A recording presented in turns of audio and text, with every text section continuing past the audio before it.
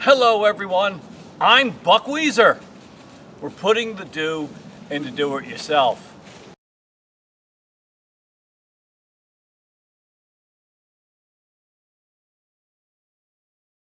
We've got the Toro Power Max 726OE.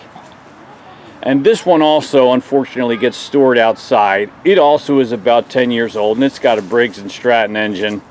I'm pretty sure this one's going to require taking down that carburetor and cleaning it out. So, all right, time to change the oil. It's always convenient when they've got a piece of pipe that hangs out past the edge of the machine so you can easily drain it. Even still, this one's pretty close to the edge. I'm going to slide a piece of cardboard up there just to keep the machine clean. Sometimes these are on so tight.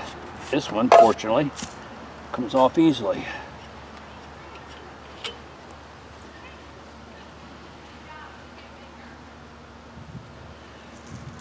All right, looks like we got some crud down there that came out first. All right, this is great. It's always good to change the oil. My guess is it's never been done on this machine, but I just really don't know. People generally don't get around to doing this kind of maintenance. So we'll drain it and we'll refill it with the clean stuff, and this engine will be a lot happier. Well, the spark plug is not as immediately accessible on this particular engine, so we gotta open up this cover here. But that's okay because we needed to do that anyway to get to the carburetor. So I'm gonna pop off this choke lever, pull that guy out, and we've got a couple of 5/16 screws right here.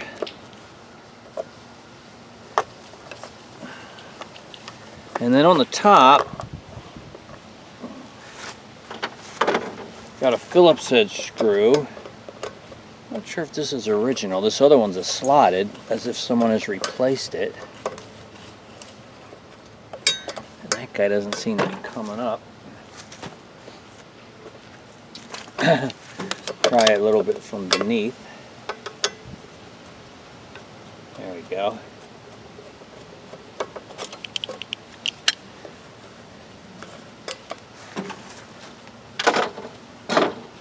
Let's see if this guy will come up. All right.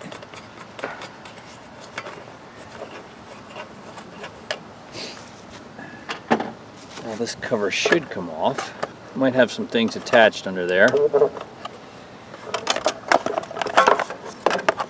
Separates into two pieces. And this has our, it's got a, this is our primer bulb and hose. That's still on here. I'm going to disconnect him for the time being, if I can. This is our key switch, which is sort of like part of the kill switch mechanism. I don't know if I can get that off or not. For now, we're just going to push him up out of the way. All right, so hopefully you can see it, but here's our spark plug boot right here. And gonna try to get him off. There we go. And there's the spark plug. This looks like a different one than the other three, which took the RJ19LM Champion spark plugs. Let me see if we can get this guy out.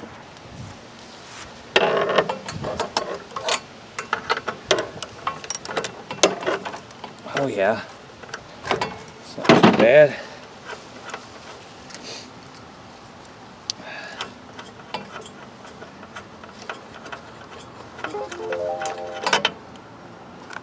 Okay. QC12YC from Champion. I think I got something comparable to that. So let me go look in the on the shelves and see what we got. Okay. So what I do have is a Briggs & Stratton 491055T. I'm pretty sure that's going to be cross-reference. That looks like the right plug.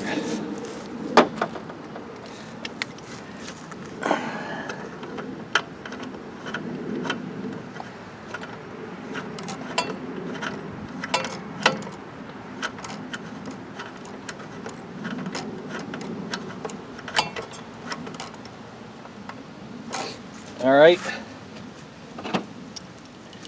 tighten them up.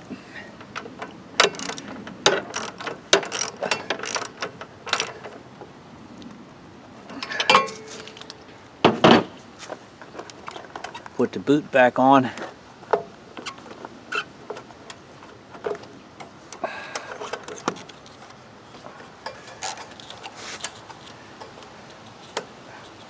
Snaps in place, and I'm going to leave this cover off because I know this particular machine has some carburetor issues, and we're going to end up taking this carburetor down to clean it, rebuild it or something. So for now, we'll just leave it at that, but we got the spark plug done. Well, let's go ahead and add clean oil. I'm going with a 5W30 synthetic blend. A 5W30 would be nice and thin for a cold weather startup, which is of course the only time you would be starting up your snowblower anyway. I don't know how much it takes. I'm gonna guess 16, maybe 20 ounces. Could be more than that. I could look it up, but we're just gonna use the dipstick as a guide, and when we've got it in the safe range, we'll know we're good. So let's start by putting in 16 ounces. Let it settle. We'll remove the funnel, put the dipstick back in, and we'll go from there. We're going to take this guy off, and shouldn't be too terribly difficult. There's a little screen here that comes off with a 5/16 or 8mm, two screws that hold this bracket on and that screen. So bring him off.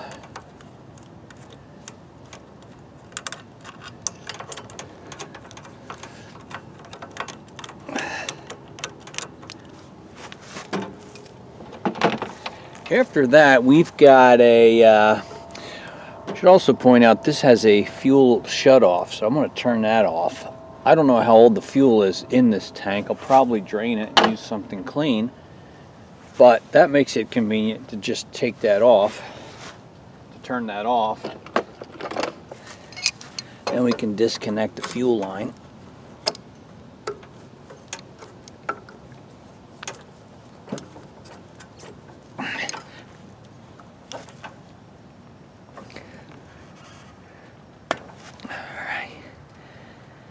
Alright, a little leakage there, but we're okay. Next, there's one, two, they look like 3/8 bolts that hold the carburetor in place. They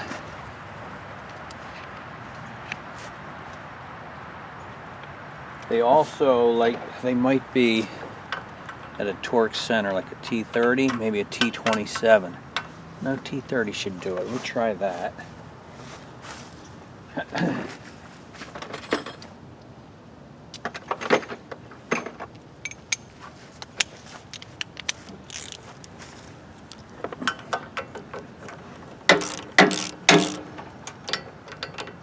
One didn't even seem tight.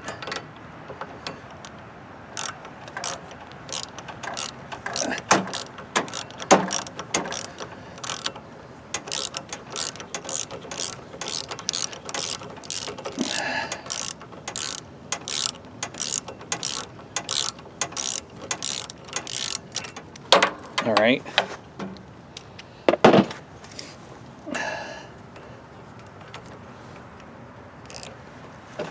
One.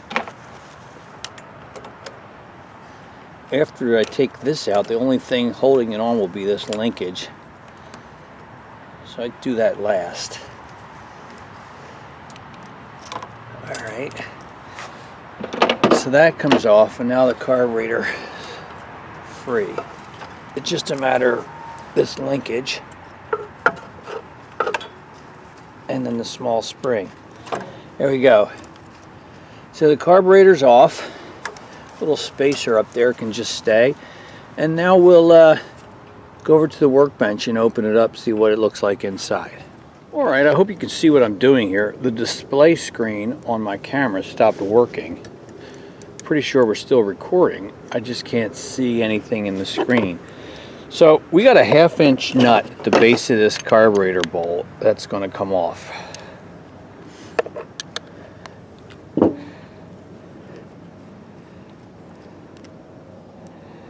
And just looking at that plug, I can see that's completely crudded up. See what else we got in here. Oh yeah, look at all that. Oh my goodness. See that? It's actually just like dirt and crud. There's not a chance in the world this carburetor would run this way. We're going to take this out, clean it out. I'm going to put it through my ultrasonic cleaner. If it's really that bad, we may end up having to replace it. Just no big deal. But yeah, that's pretty nasty. Probably put a fuel filter on that coming out of that tank also if I'm able to. But this is seriously dirty. So we got some work to do. Alright, so I'm draining the old fuel from this gas tank. Well, I'm afraid the verdict on this Briggs & Stratton carburetor off of the big Toro Power Max is I'm going to have to replace the carburetor. I can't even get the old needle out. It's just kind of frozen in there in the seat. I've never seen a carburetor that was so filled with crud as this one is. And I don't think I can salvage it, and I don't think it's worth wasting time on it. So let's look up the part number. It looks like this is probably the part number here, even if you can't see that. 793485. So I'll either get a genuine Briggs & Stratton or probably an aftermarket that are less expensive and generally do an okay job. But this guy, he's just going to have to be scrapped. Well, I think the time has come for us to finish up this Toro Power Max. We got to install a new carburetor. The new carburetor is sitting here on the bench. It just came in. I went with original Briggs & Stratton. And it wasn't cheap. This is part number 593357. That's a different number than I may have mentioned earlier. I had read this number off of here. That was mistaken. But anyway, it's the right thing. We have to switch the choke mechanism from the old carburetor over to the new carburetor. And hopefully that won't be too big of a deal. A pair of pliers. Kind of try to firmly grab it and pull it out. Then we should be able to pull this guy right up and out. Move him aside. This guy comes in and we put this right back in.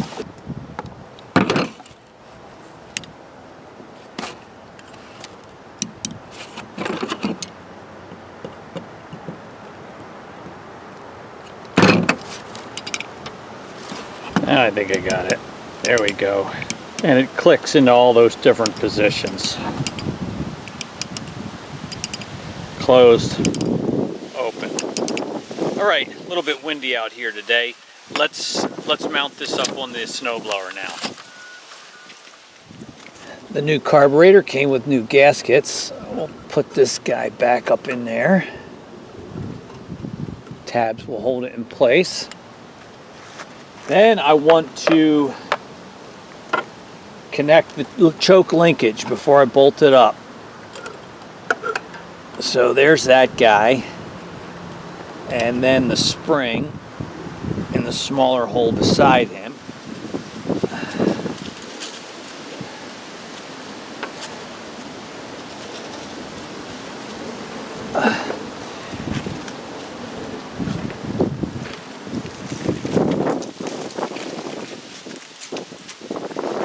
nose pliers sometimes help to get him in. There we go. We can put on the fuel line to get that started. And then our bolts.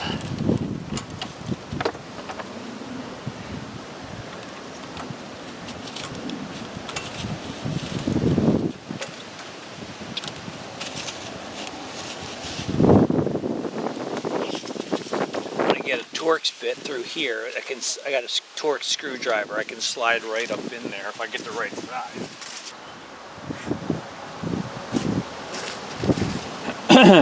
This is a T27. Let me get it started with that. And this guy here, same thing.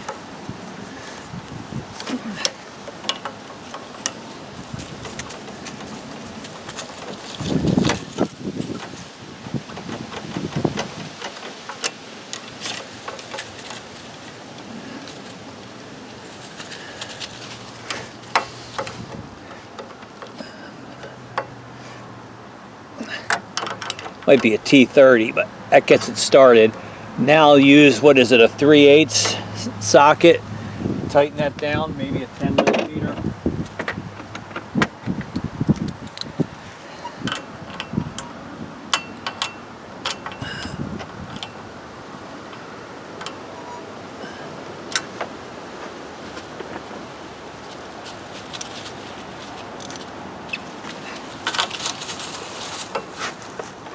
Can't quite get it on there. Maybe it's a 7/16.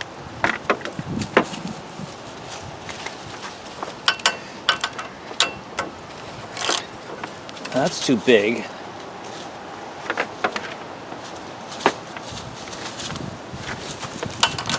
$10mm.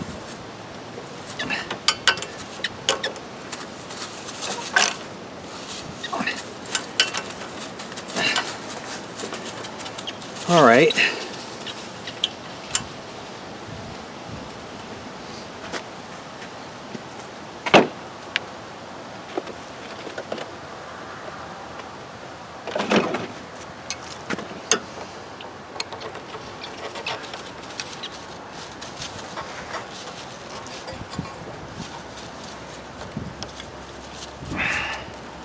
Clamp on the fuel line. And you can see I added an inline fuel filter because of the crud that was in this tank. I cleaned it out the best I could, but that filter will help also. Hopefully it won't interfere with the housing that goes on there. Yeah, so actually the next thing we got to do is put this screen back on with an 8mm.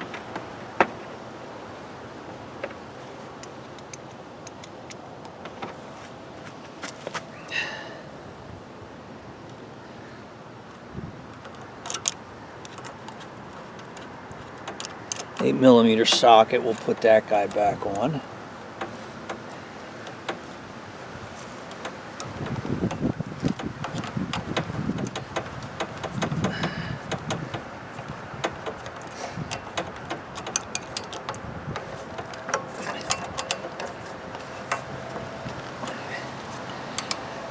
All right, connect our hose for the primer bulb. This is that hose. It's a little cracked. I want to see if I got some replacement hose for this. That looks about the same size. Let me give that a try.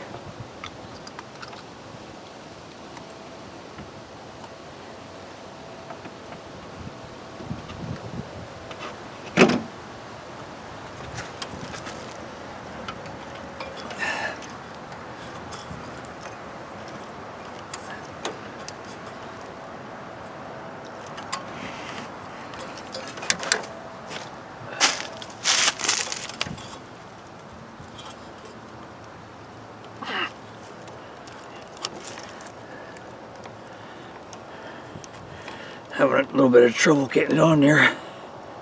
Might be easier if I warmed it up or something.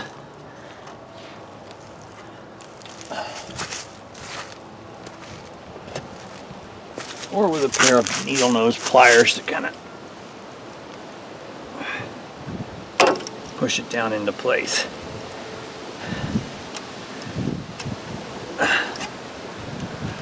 All right.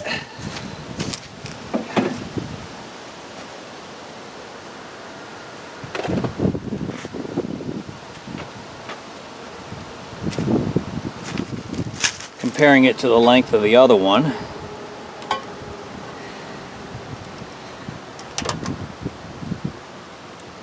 That should do it. All right. Which piece goes on next?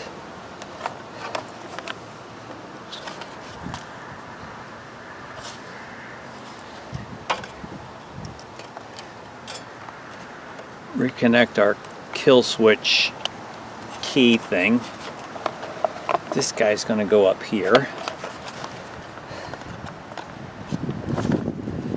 Primer hose to the primer bulb.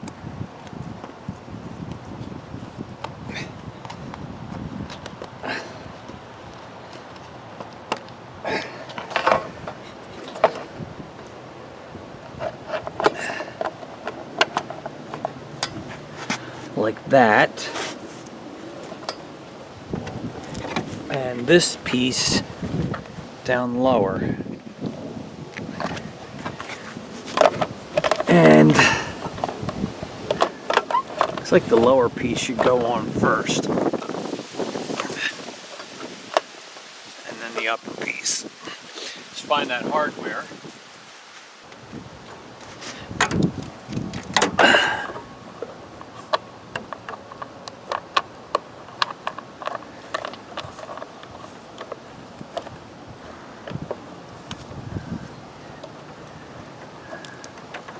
.8 millimeter again, or 5/16.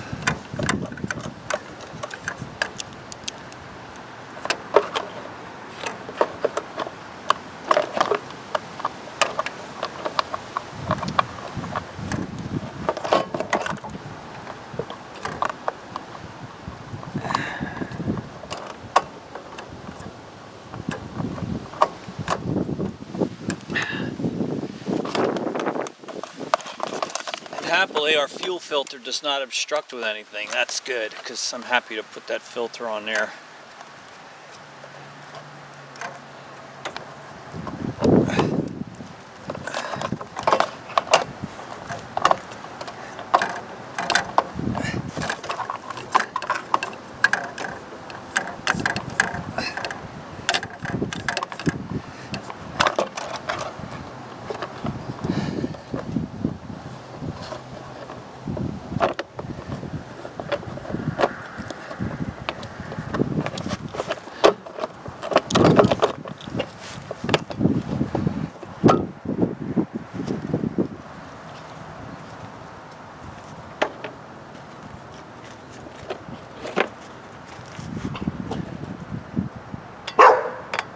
Hey,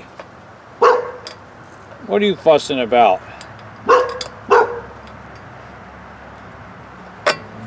That is not the right screw.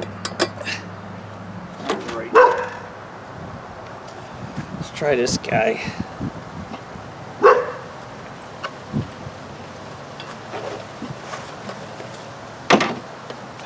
That one's correct. I have to look for another one to replace the second one here.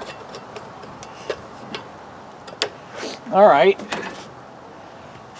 this guy's gonna go in there.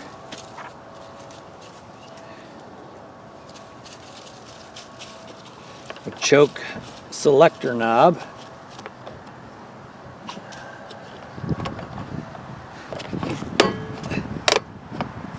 Choke, no choke. Choke, no choke. Okay, that seems all right. Find one more screw for the top, then we'll be ready to add fuel and fire it up. All right, let's add some fuel and see if it'll run. I decided to go with ethanol free. This stuff's the only ethanol free gas you can get around here, and it's super expensive. But you know what? For a machine that's only going to be used 2 or 3 times a year and it's going to sit for a long time, it's all that ethanol in the fuel that is the reason we had to replace that expensive carburetor. So I think I'm going to go for it and use the expensive stuff, because I don't want to take a chance of a carburetor coming up again.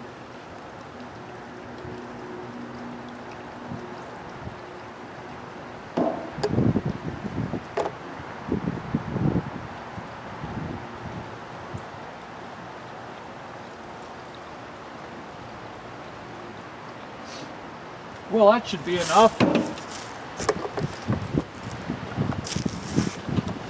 Let's open the fuel valve.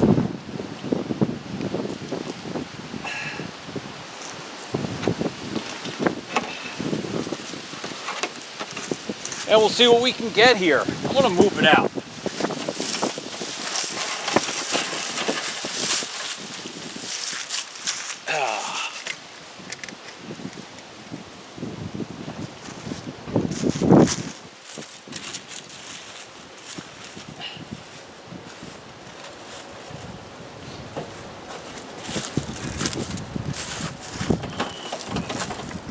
Choke on.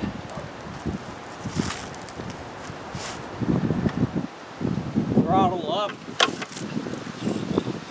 Primer priming.